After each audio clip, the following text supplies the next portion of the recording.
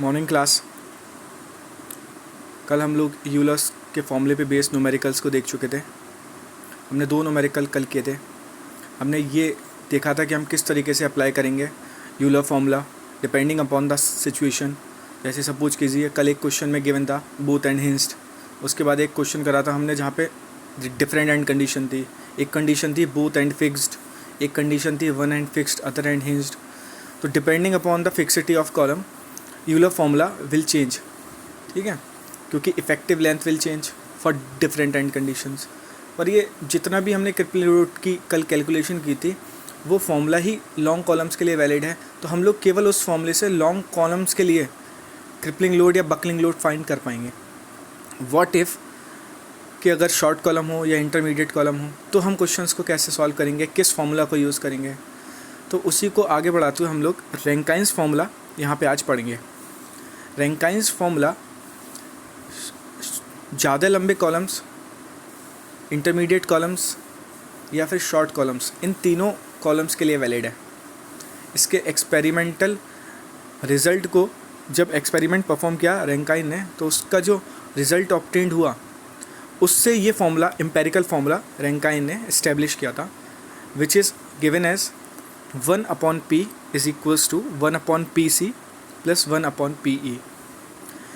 Notation देख लीजिए यहाँ पे, जो p है कैपिटल वो है crippling load bye Rankine formula. pc यहाँ सफिक्स में c रिप्रेजेंट कर रहा है क्रशिंग लोड को।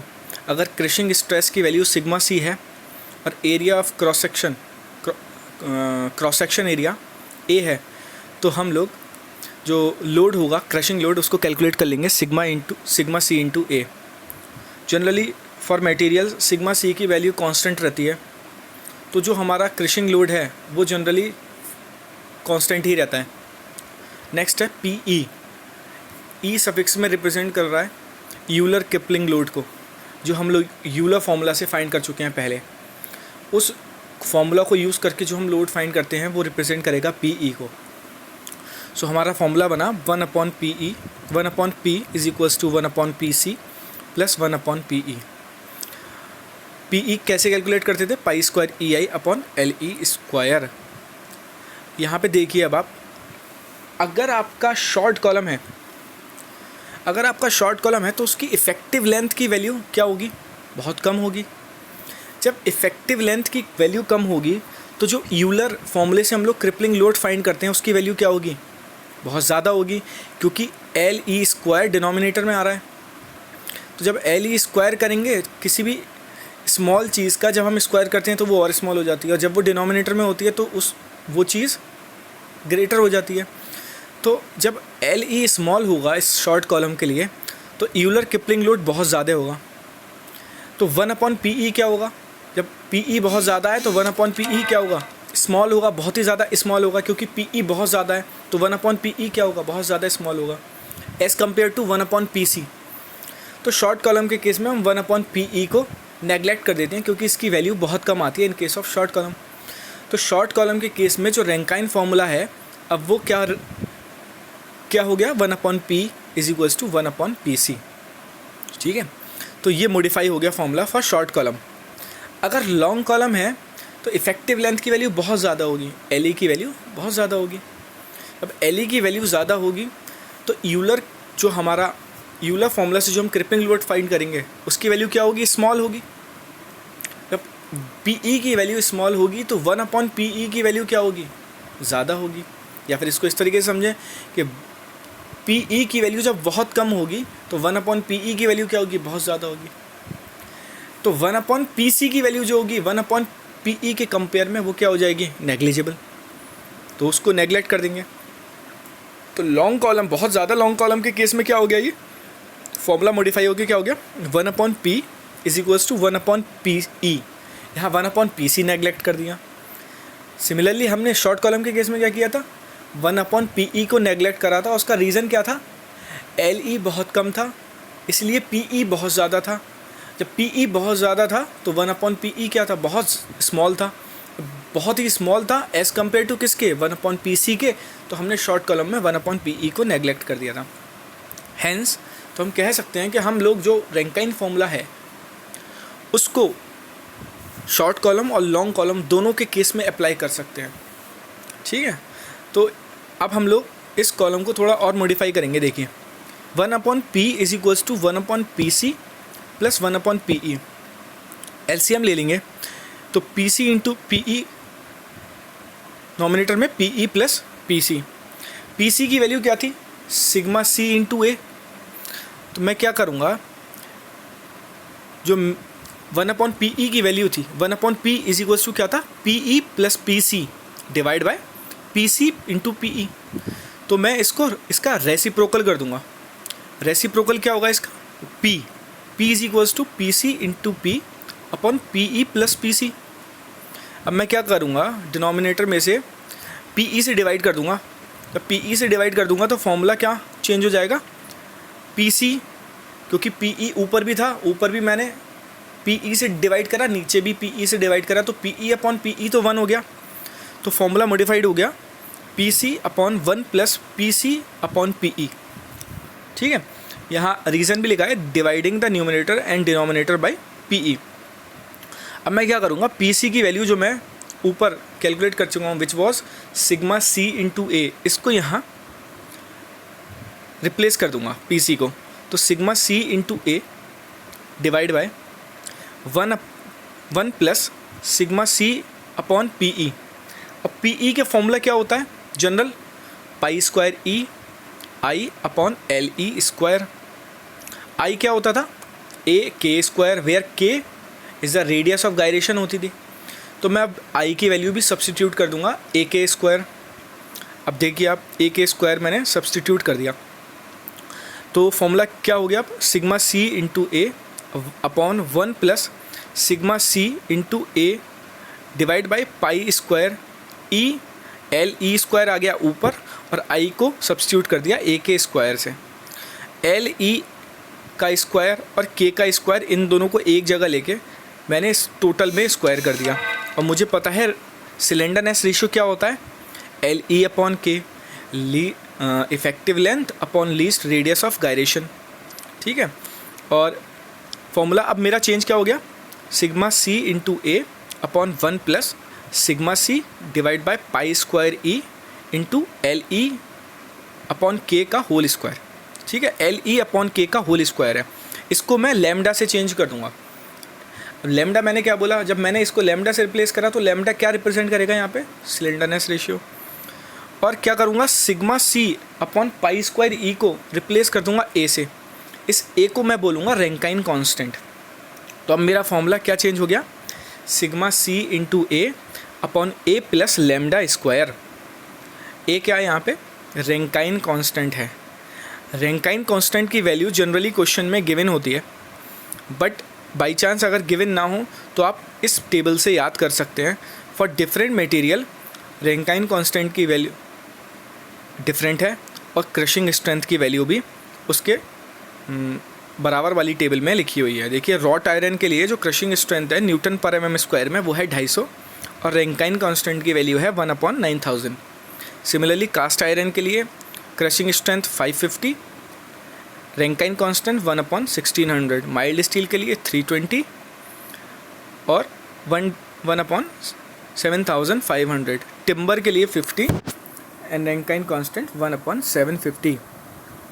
वैसे जनरली ये वैल्यूज़ क्वेश्चन में गिवन होती हैं, बट आप लोग याद भी कर सकते हैं। It will be helpful for you in competitive exams. ठीक है, तो ये Rankine formula short column, long column, intermediate column, किसी भी कॉलम के लिए वैलिड रहेगा, but depending upon the situation we will modify the formula. जैसे शॉर्ट कॉलम के लिए क्या बन जाएगा? 1/p is equals to 1/pc। Long column के लिए क्या बन जाएगा? 1/p is equals to 1/pe। Intermediate column के लिए 1/p is equals to 1/pc plus 1/pe। ठीक है, और या फिर लास्ट में मॉडिफाइड फॉर्म क्या होगी इसकी? Sigma C into A upon 1 plus A into lambda square, where lambda was slenderness ratio, that is effective length upon slenderness, effective length upon least radius of gyration. अब इस पे base हम एक numerical करते हैं। देखिए न्यूमेरिकल क्या है कि एक hollow cylindrical cast iron column is 4 metre long. यहाँ पे इसको नोट करेंगे आप कि लेंथ जो है वो 4 मीटर है, with both ends are fixed. जो मेन इंपॉर्टेंट थिंग है यहाँ पे जो आपको नोट करनी है वो है बोथ एंड फिक्स्ड। ये फिक्सिडी कंडीशन है, अदरवाइज जो आप फॉर्मूला यूज़ अप्लाई करेंगे वो गलत हो जाएगा। बोथ एंड फिक्स्ड के लिए याद कीजिए जो इफेक्टिव लेंथ है वो कितनी होती है, ठीक है। ये हो गया बोथ एंड फिक्स्ड, लेंथ है 4 मीटर। आगे देखिए क्वेश्चन में, determine the diameter minimum diameter of the column if it has to carry a safe load of 250 kilo newton. Safe load की वैल्यू गिवन है 250 kilo newton with a factor of safety is equals to 5।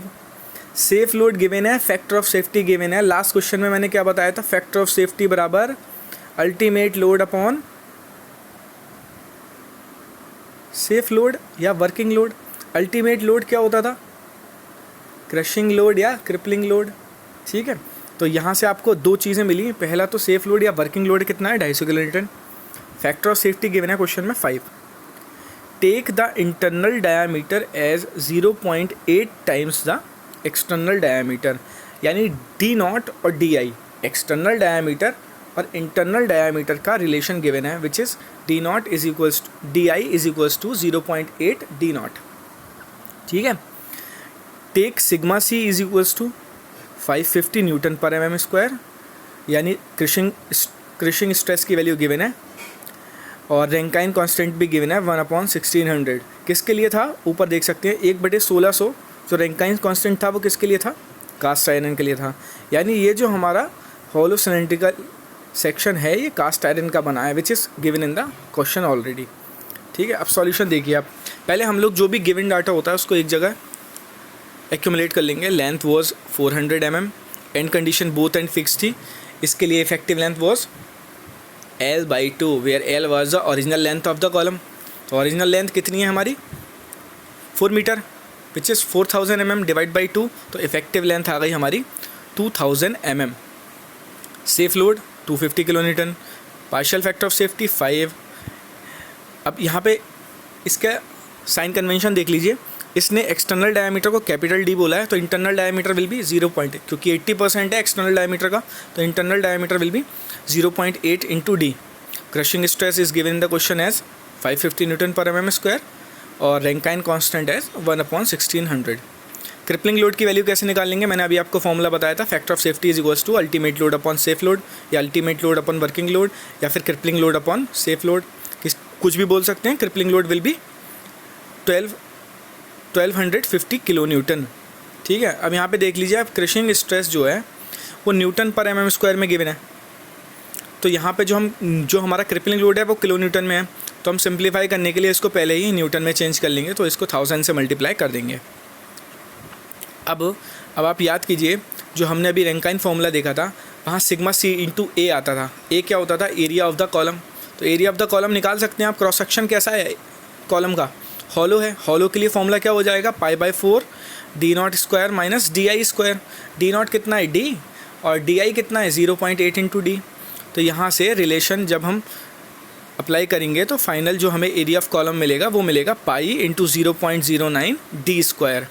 आई की ज़रूरत भी पड़ेगी, moment of inertia.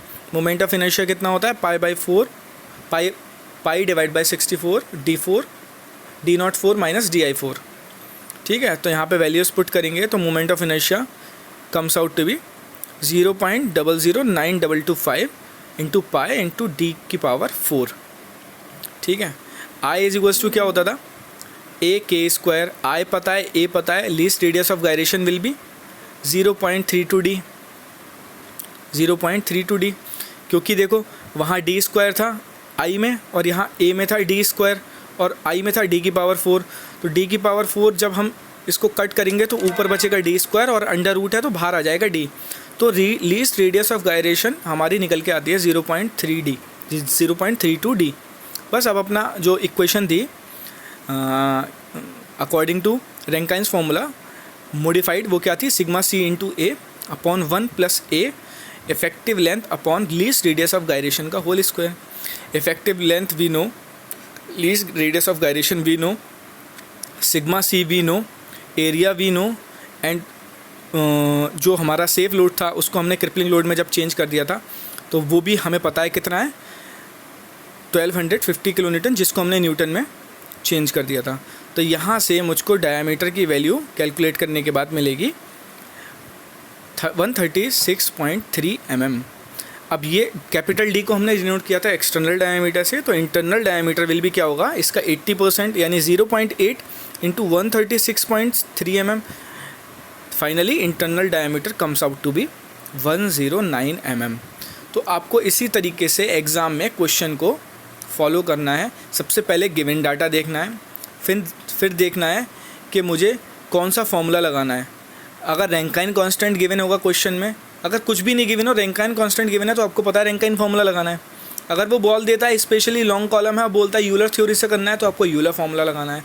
If nothing is given तो you can apply any formula, but in case of specially long column you need to apply Euler's formula. ठीक है, specially बोलता है long column के केस में रैंकाइन फार्मूले से फाइंड कीजिए, then you can find, result will be same. Okay, thank you very much.